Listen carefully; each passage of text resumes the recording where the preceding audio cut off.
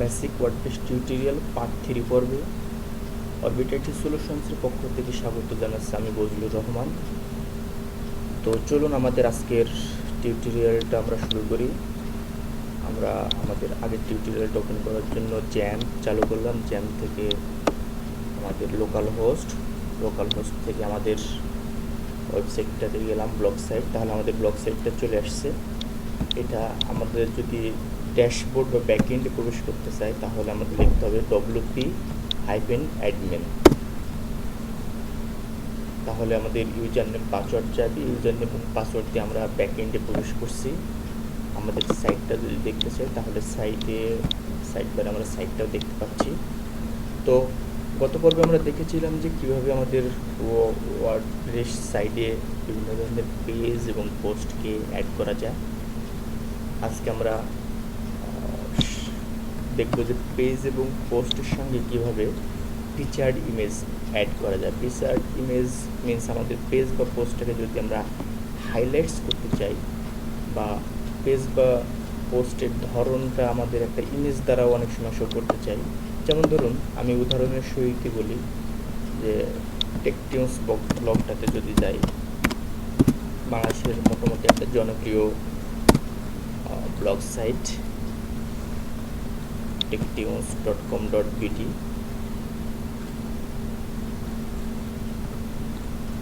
তো এখানকার যদি আমরা বিভিন্ন ধরনের পোস্ট দেখি,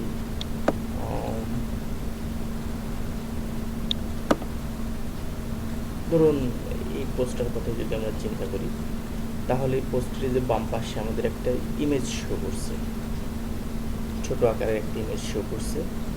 এটাকে বলা হচ্ছে ফিচার ইমেজ, যেটা দিয়ে মোটামুটি এই পোস্টটাকে হাইলাইটস করা হয়েছে অথবা পোস্টের ধরন বোঝানো হয়েছে।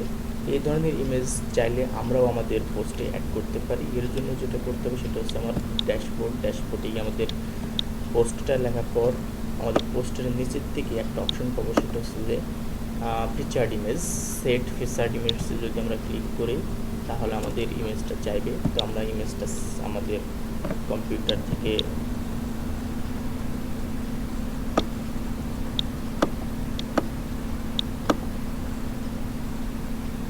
ধরুন এটাই আমাদের ফিচার্ড ইমেজ হিসেবে আমি ইউজ করতে চাচ্ছি। তো এটা কিন্তু আমাদের এই যে ফিচার্ড ইমেজে চলে আসছে। আমরা যদি সেট ফিচার্ড ইমেজ যে ক্লিক করি তাহলে এটা আমাদের ফিচার্ড ইমেজ হিসেবে সেট হয়ে যাবে।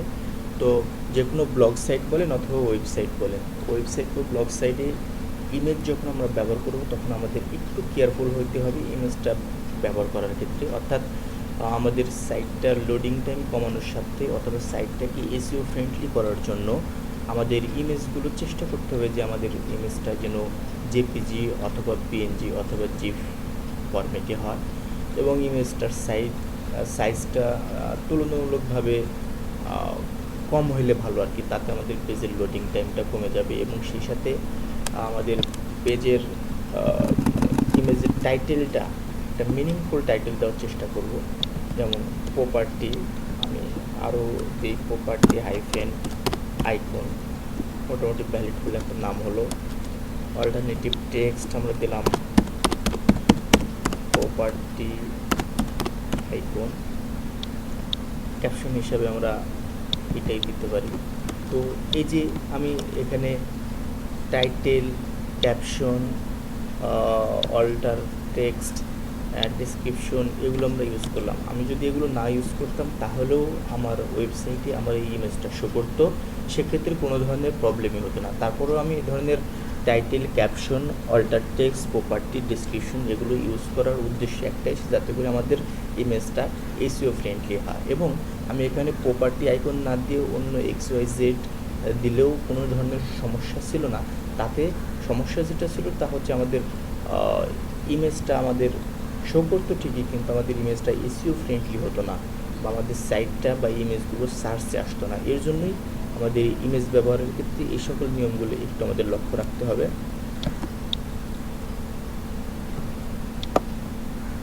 এখন যদি আমি আপডেট বাটনে ক্লিক করি তাহলে এবং এটার যদি প্রিভিউ দিই তাহলে দেখতে পাবো যে আমাদের এই পোস্টটাতে চলে আসছে আর কি আমাদের ফিচার্ড ইমেজটা। দেখি আমাদের হোম পেজে গিয়ে।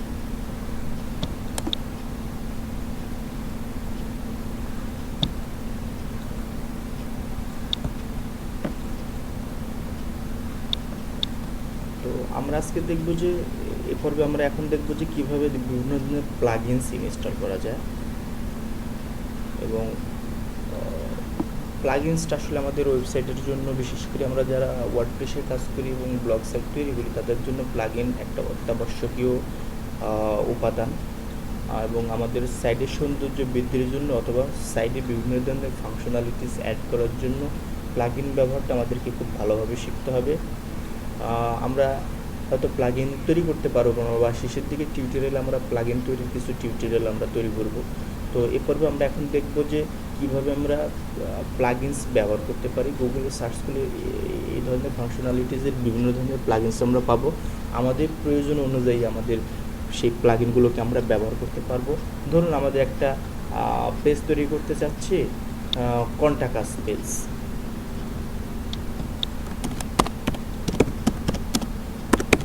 কন্টাক্ট আস পেজ, এই জায়গাতে আমাদের কোম্পানির অ্যাড্রেস, কন্ট্যাক্টের জন্য যে অ্যাড্রেস বা ফোন নাম্বার, মোবাইল নাম্বার এগুলি দিলাম। ফর এক্সাম্পল, ডোন্ট মাইন্ড আমি দিলাম আর কি আমার এখানকার অ্যাড্রেস।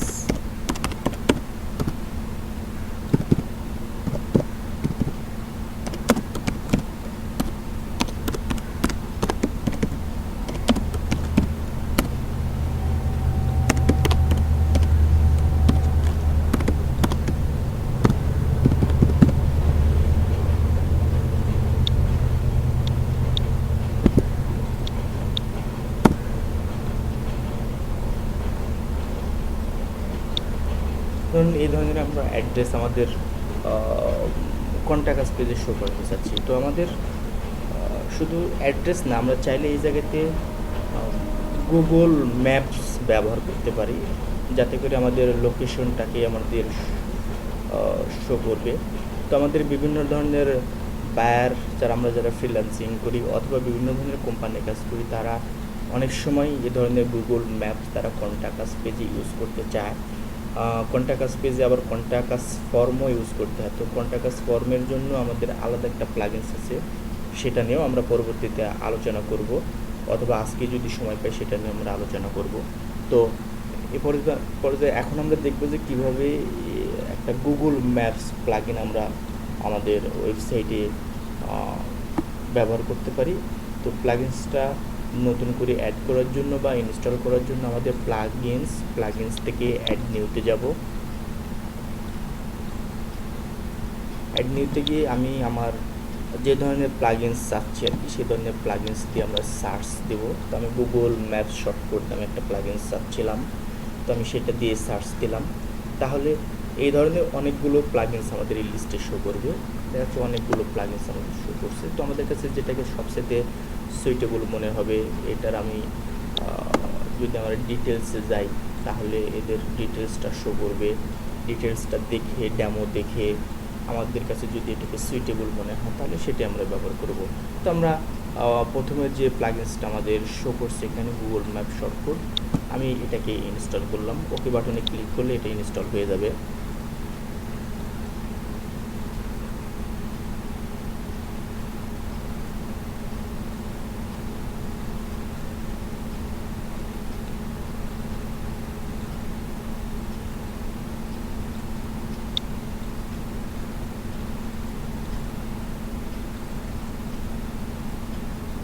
তো ইনস্টল করার পর এটাকে আমাদের অ্যাক্টিভেট করতে হবে।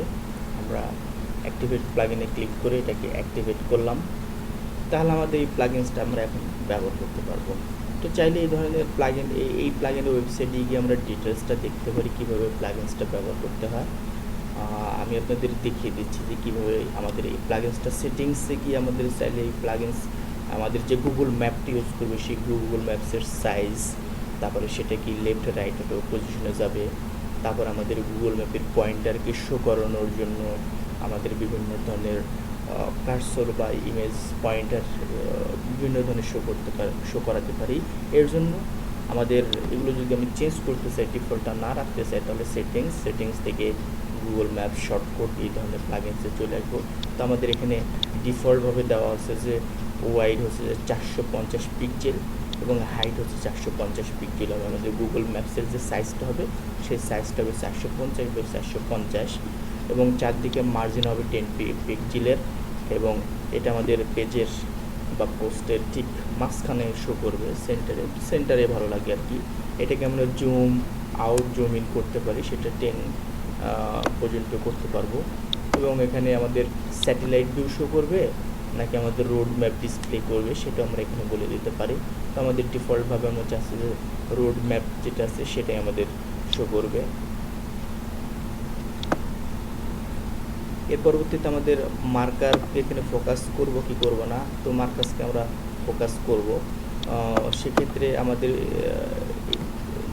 এই মার্কারটা যদি দিই তাহলে আমাদের ওই অ্যাড্রেসের জায়গায় কি এই মার্কারটা শো করবে, আমরা এটাও দিতে পারি। তো আমাদের যেটা আমাদের প্রয়োজন আর কি, এখানে যে ধরনের আইকনগুলো রয়েছে, ইমেজগুলো রয়েছে মার্কার হিসেবে আমরা এইগুলো ইউজ করতে পারি। আদারওয়াইজ আমরা নতুন কোনো আইকনও আমরা ইউজ করতে পারি, সেটার জন্য আমাদের আইকনটাকে ব্রাউজ করে আপলোড করলে আমাদের এখানে চলে আসবে, তার পরবর্তীতে সেটা আমরা ইউজ করতে পারবো। তো আমরা চাচ্ছি যে এই আইকনটাকে আমরা ইউজ করি, দিয়ে আমি এটাকে আপডেট করলাম।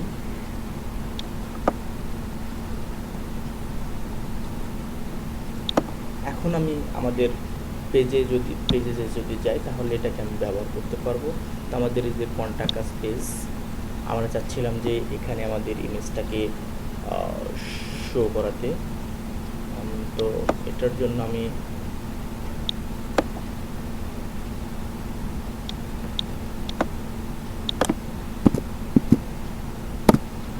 এখানে আমাদের দেখতে পাবো যে অ্যাড মিডিয়ার পাশে আমাদের ওই যে গুগল ম্যাপসের যে আইকনটা সেটা শো করছে। এখানে যদি আমরা ক্লিক করি তাহলে আমাদের গুগল ম্যাপসের জন্য সেটিংস করার জন্য শর্টকাটের উইন্ডোটা চলে আসবে।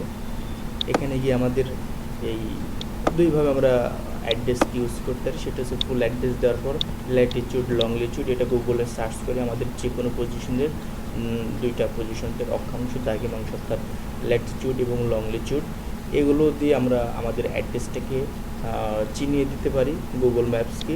অথবা আমাদের সবচেয়ে সহজভাবে যেটা হয় যে লংলিটিউড ল্যাটিটিউড আমাদের গুগলে সার্চ না করে, সময় নষ্ট না করে আমরা সরাসরি এই জায়গাতে আমাদের অ্যাড্রেসটা ইউজ করতে পারি। অ্যাড্রেসটা ইউজ করার পর যদি আমরা আপডেট বাটনে ক্লিক করি তাহলে আমাদের এই অ্যাড্রেসটা গুগল ম্যাপ ইউজ করবে এবং আমি যদি ইনসার্ট ম্যাপে ক্লিক করি তাহলে আমাদের ম্যাপটা আমাদের এই যে পেজে গুগল ম্যাপ এসসি চলে আসবে। তো আমরা প্রিভিউটা দেখি যে আমাদের গুগল ম্যাপসটা আমাদের পেজে বা পোস্টে এসেছে কিনা।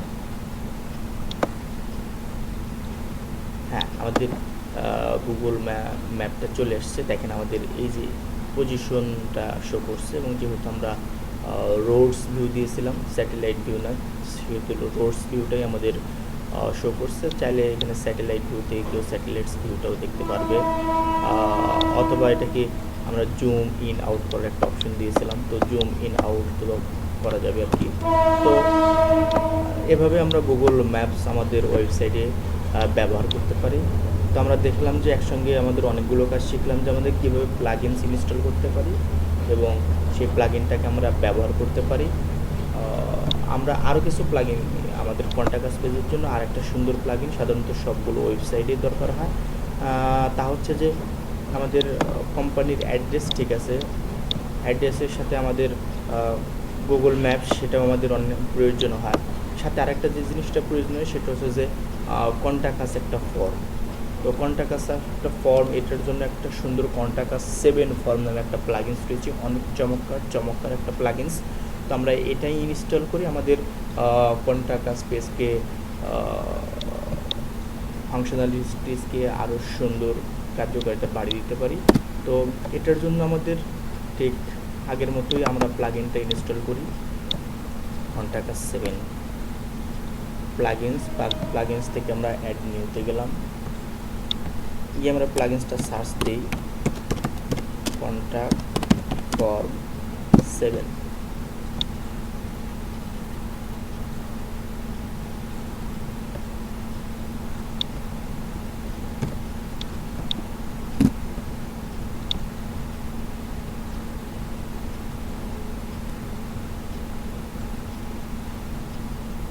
তাহলে যে কন্ট্যাক্ট ফর্ম 7টা আমাদের শো করছে। তো এটাকে আমরা ইনস্টল করে ব্যবহার করার চেষ্টা করি। আমরা ওকে বাটনে ক্লিক করলে ইনস্টল হয়ে যাবে।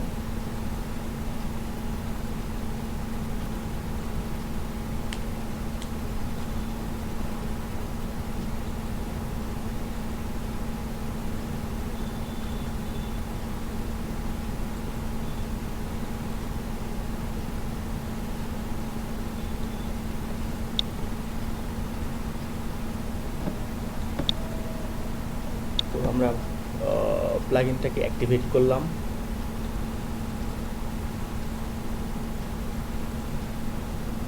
আমি সেটিংসে গেলাম, কন্ট্যাক্ট আস ফর্ম সেটিংসে গেলাম। সেটিংসে গেলে আমি এডিট ক্লিক করলে আমরা এটাকে এডিট করতে পারবো। আর যদি সরাসরি আমরা ডিফল্ট সেটিংস যেটা আছে সেটি যদি ব্যবহার করতে চাই, তাহলে জাস্ট এই শর্টকাটটাকে আমরা কপি করব। কপি করে আমাদের যে পেজেস বা পোস্ট আছে এই জায়গাতেই আমরা এটাকে ব্যবহার করতে পারবো। এটাকে ব্যবহার করার জন্য আমরা এই গুগল ম্যাপসের পরে যদি আমরা ব্যবহার করতে চাই, তাহলে আমাদের ওখান থেকে যে শর্টকাটটা আমরা কপি করলাম এখানে, এই শর্টকাটটা আমরা এখানে নিয়ে পেস্ট করলাম। তো এবার যদি আমরা প্রিভিউ দিই, তাহলে দেখতে পাবো আমাদের যে সুন্দর একটা চলে আসছে আর কি কন্ট্যাক্ট আস ফর্ম, এবং সেন্ড বাটনে ক্লিক করলে সাবমিট হবে। এখন প্রশ্ন হচ্ছে যে আমাদের এই যে কন্ট্যাক্ট আস ফর্ম আমরা এখানে দিলাম, আমাদের ক্লায়েন্টস অথবা আমাদের ভিজিটররা যদি কোনো কিছু বিষয়ে জানতে চায়, তাহলে তারা তাদের নেম, ইমেল, সাবজেক্ট এবং মেসেজ লিখে সাবমিট করলে এটা মেসেজটা আমাদের কোথায় যাবে চাইলে আমরা সেটাকেও ডিফাইন করে দিতে পারি। তো এটার জন্য আমরা এডিটে গেলাম।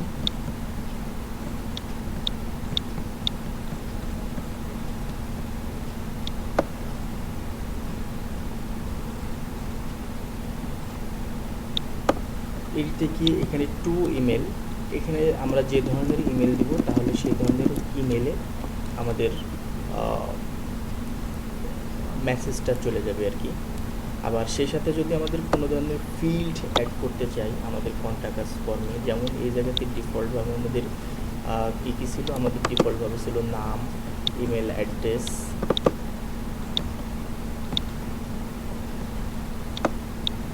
এখানে ছিল হচ্ছে নাম, email address, subject, message body. আমরা চাইলে এখানে আমাদের আরও কিছু অ্যাড করতে পারি, যেমন চাচ্ছি যে আমরা ফোন নাম্বারটাও অ্যাড করতে চাচ্ছি এখানে।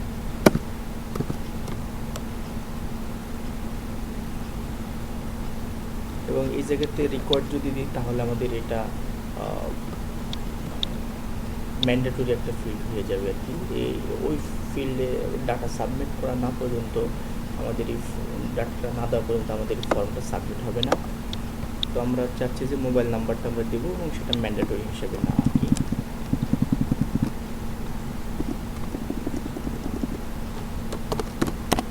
ফোন,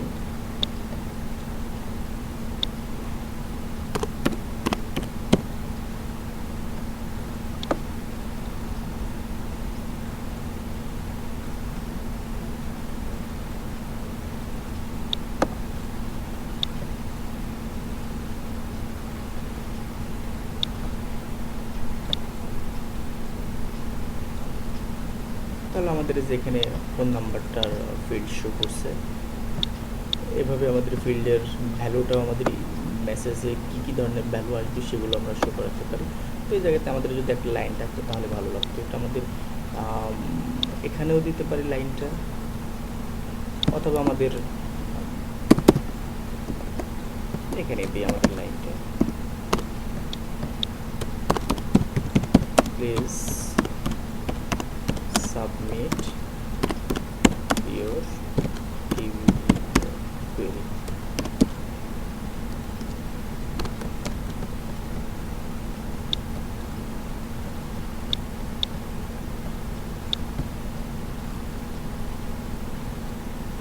তাহলে এই যে প্লিজ সাবমিট ইউর কোয়েরি লেখাটা আমাদের এখানে চলে আসছে। তো এইভাবে আমাদের এই কন্ট্যাক্ট ফর্মকেও আমরা সুন্দর করতে পারি। তো আমাদের আজকে কন্টাক্ট পেজের জন্য যে ধরনের রিকোয়ারমেন্টস আমাদের বিভিন্ন সময় প্রয়োজন হয়, আমরা মনে হয় সবগুলো বিষয় নিয়ে আলোচনা করতে পেরেছি যে প্রথমে কন্টাক্ট ফর্মে কীভাবে আমাদের প্লাগইনস ব্যবহার করে আমরা গুগল ম্যাপস নিয়ে আসতে পারি, সেই সাথে আমাদের কন্টাক্ট ফর্ম একটা নিয়ে আসতে পারি এবং সেখানে যদি ডাটা সাবমিট করা যায় তাহলে ডাটাটা আমাদের কাঙ্ক্ষিত যে ধরনের ইমেইল বা অ্যাডমিনের যে ইমেল সেই ইমেলে যাবে, সেটাও আমরা সেট করে দিয়ে আসতে পারি। তো আজকে এই পর্যন্তই। সামনে পর্বে আমরা দেখব যে কীভাবে আমাদের এই ওয়ার্ডপ্রেস সাইটে আমরা তো ডিফল্ট থিম নিয়ে কাজ করছিলাম, তো ডিফল্ট থিম না, আমরা নতুন ধরনের আকর্ষণীয় সুন্দর সুন্দর আমরা থিম ব্যবহার করে কীভাবে আমাদের ওয়ার্ডপ্রেস সাইটকে আরও সুন্দর করতে পারি। তো আগামী টিউটোরিয়াল দেখার জন্য আপনাদের সবাইকে স্বাগত জানিয়ে এখানে শেষ করি।